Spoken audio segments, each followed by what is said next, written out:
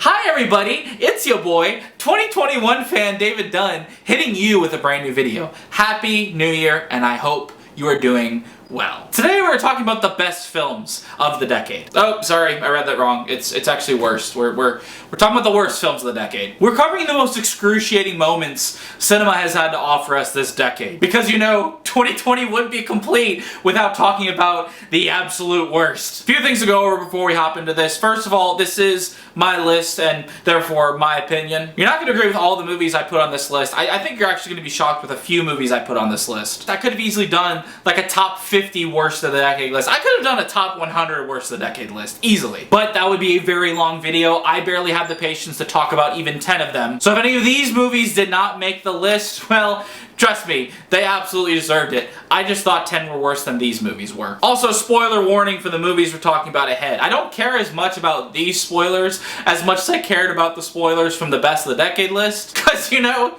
these movies are terrible. Why would you care about spoilers? But nevertheless, some people haven't seen these movies, and some people don't want them spoiled for them, so this is your one and only spoiler warning. Okay, spoiler warning is done. This stupid bit is done. Let's start with the worst movies this decade has had to offer. Starting with number 10.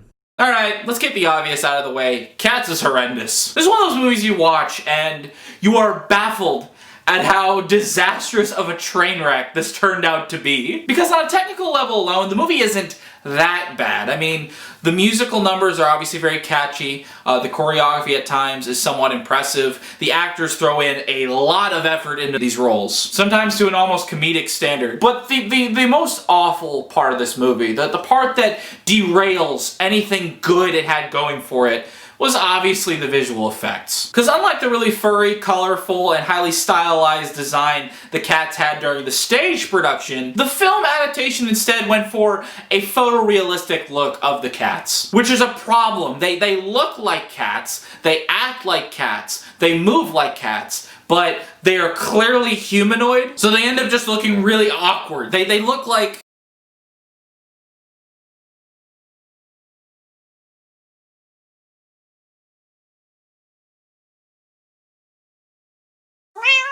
yeah, this movie's horrendous. But no movie will make you a dog person quicker than Cats.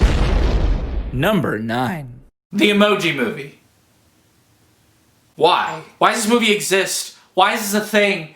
Why do people pay actual money to make and watch this? The Emoji Movie is one of those movies you look at and it reeks of desperation. This movie feels like it's made from a bunch of disconnected boomers that are grossly out of touch with today's youth. And they're thinking, oh, those kids love texting, let's make a movie about texting. This movie fails in so many ways because it's so impersonal to the audience it's aimed for. What's personal about emojis?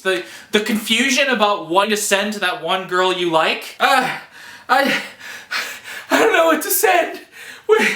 Why? What's this emoji? Wait, why is they smiling upside down? Oh no! I sent it! I had to leave out of shame and embarrassment! No! Sorry, that's not a part of my childhood I'm very fond of. I want to forget that as quickly as possible. I guess the movie's messages are harmless enough. I mean, the movie does have good themes about emotions, expression, and being your true self. But good news, if you need an animated movie to talk about emotions and freedom of expression, we already have that in Inside Out, and it's fantastic. You don't need the Emoji Movie. You don't need this 90-minute product placement feature-length film. The Emoji Movie is not... It's not... It is very, very, very... Number 8. Number 8 is a weird placement on this list because it feels like this movie should be a lot higher on the list. Number 4 specifically, and there's a reason why I say number 4. Yeah, Fantastic Four.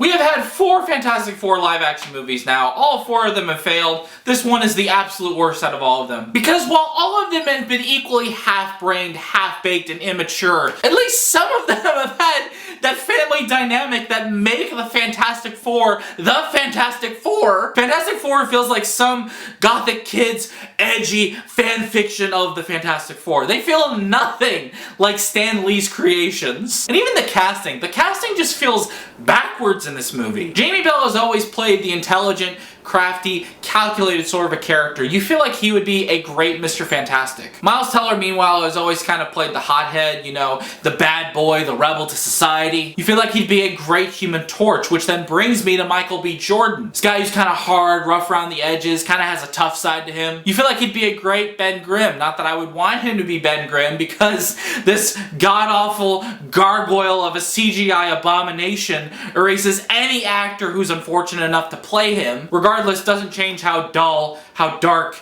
how bleak, how unnecessarily depressing this movie is. Can we not get one good Fantastic Four movie? Just one, please. I'm begging you. Number 7.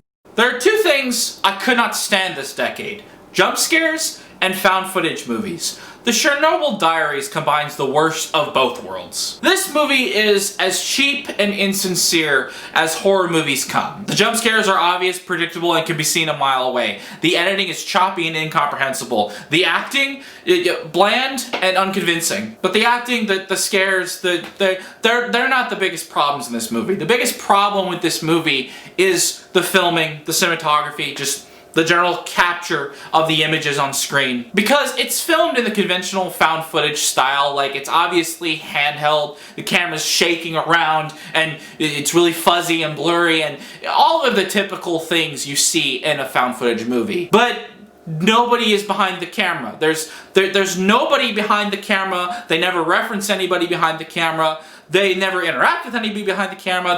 There's nobody there. So it's a movie filmed to look like found footage, but it's not found footage, so it's just a choppy and shaky and blurry camera just for the effect of it. That's pretty lazy. If I took the camera and just shook it around and made it all shaky and wobbly like this, you would not call that good cinematography. You would not call that good filming. You would call it lazy. Lazy, cheap, ineffective, amateurish, and bad. Chernobyl Diaries is one found footage movie you're better off not finding. Number 6. Coming in at number 6, you knew this one was going to be on the list somewhere. Just so happens that this movie ends up being at the number 6 spot on the list. Yeah, 50 Shades of Grey.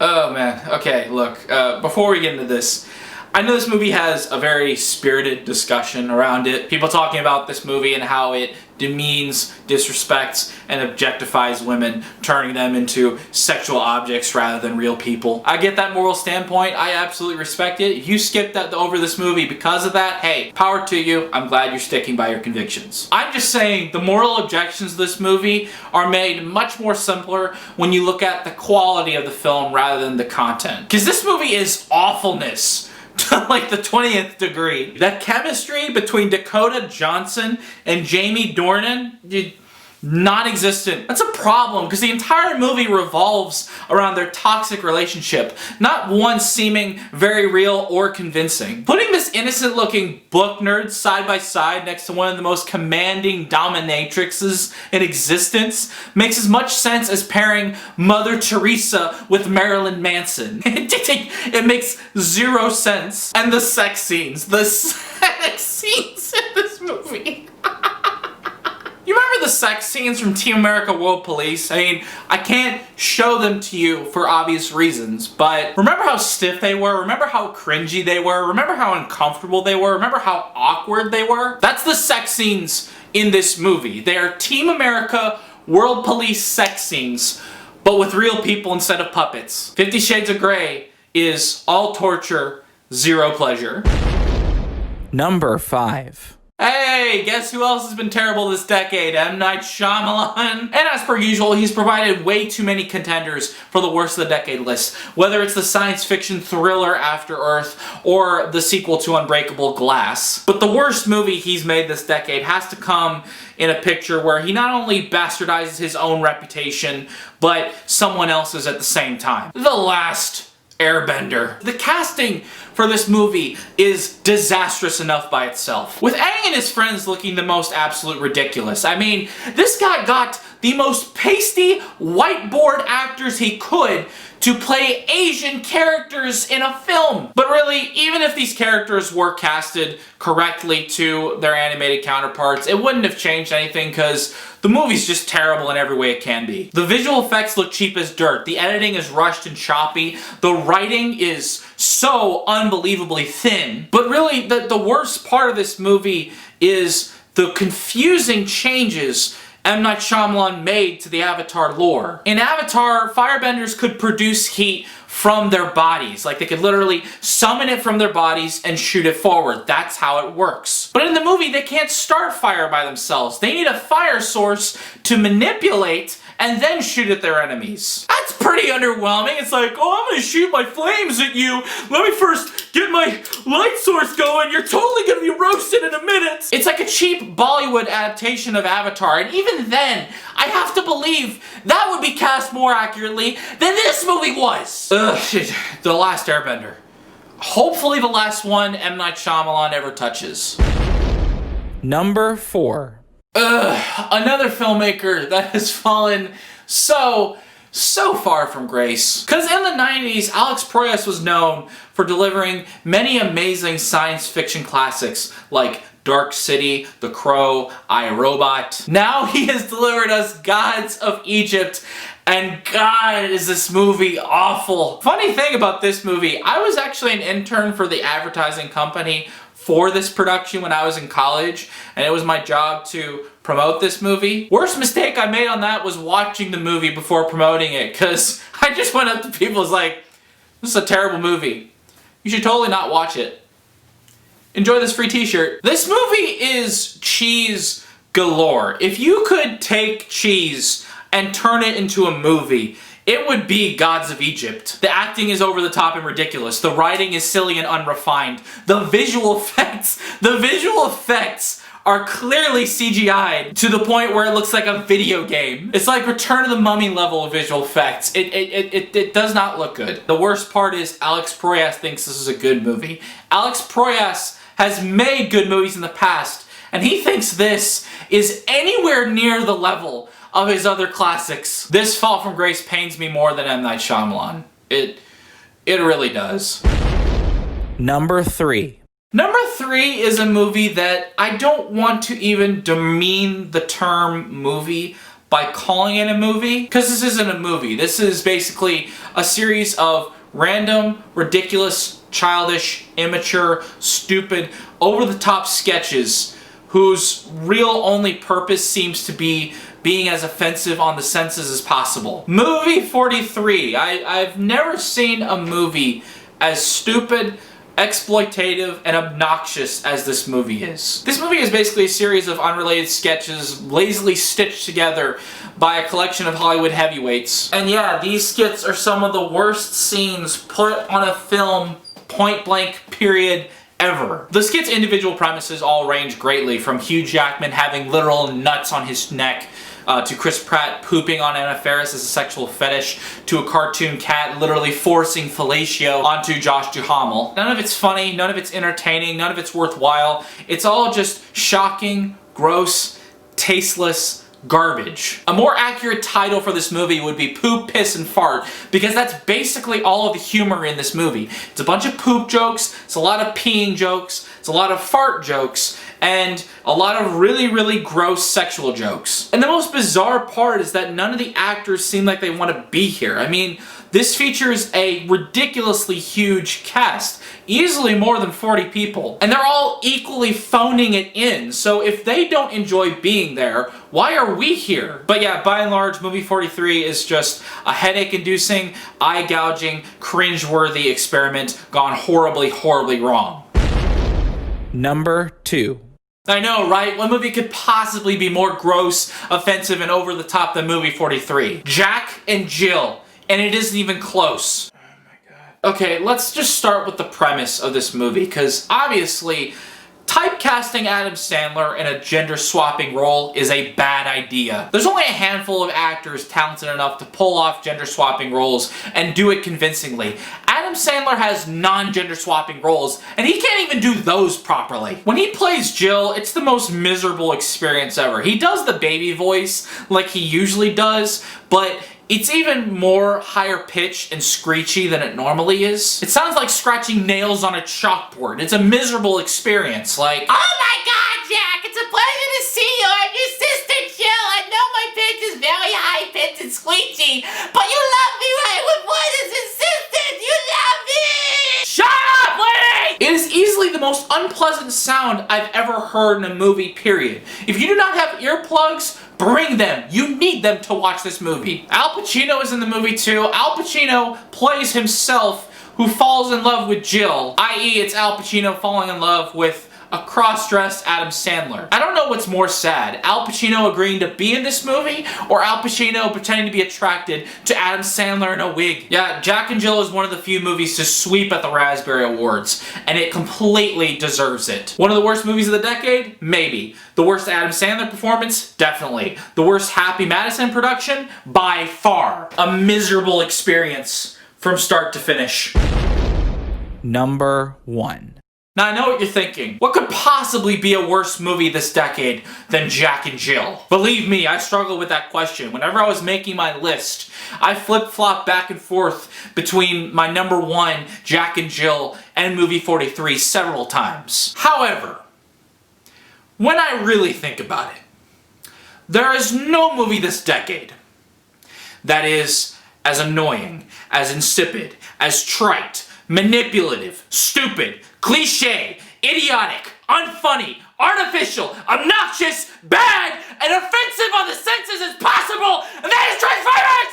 Age of Extinction! Good gravy! Where do you start with this movie? I'll start with the screenplay, because the screenplay is, in a word, disastrous. And that's mostly due to Aaron Kruger. He's been the worst part of this franchise, next to Michael Bay since Revenge of the Fallen. I don't know why they keep hiring him. He just keeps churning out bad script after bad script. He gives Michael Bay nothing to work with. Granted, even if you gave Michael Bay, like, the greatest screenplay of the decade, if you gave him, like, The Social Network, he inevitably would just fill it up with explosions, and that's what he does here. He drops explosions onto the plot, one after the other, and they just keep getting bigger and bigger and more obnoxious and obnoxious. And they're not even good action scenes too. Like, sure, from Transformers, Revenge of the Fallen, and Dark of the Moon, you can pick out some fun action scenes in there. But this movie has to feature some of the laziest assembled and shot action I've ever seen. There is a scene where Mark Wahlberg kills a guy with a football. Throws a football hits a guy in the head, guy falls out of a window and dies. It's almost comedically bad direction. You cannot believe this is in a multi-million-dollar Hollywood production. And the movie just goes on and on and on and on and on and on and on and on until it drives you insane for how seemingly never-ending it is. I've heard some people say that the 5th movie, The Last Night, is somehow even worse than this movie. I haven't seen it. I can't attest to it. Don't even bother. I barely escaped one abusive relationship with my life barely intact. I'm not going back so they can finish the job. And yeah, the more I think about it, the more I just run it by my head over and over and over again. Transformers Age of Extinction is just the most barren experience I had at the movies this decade. Paramount, listen to me. Never again, okay? Never again. Well, guys, we finally made it. The end of my worst of the decade list. Did you agree with my list? Did you disagree with it? What movies are you shocked didn't make it onto the list? What are some of your least favorite films of the decade? Thank you guys for watching, and as always, I'll see you guys at the movie theaters, whenever it's safe to go back to them.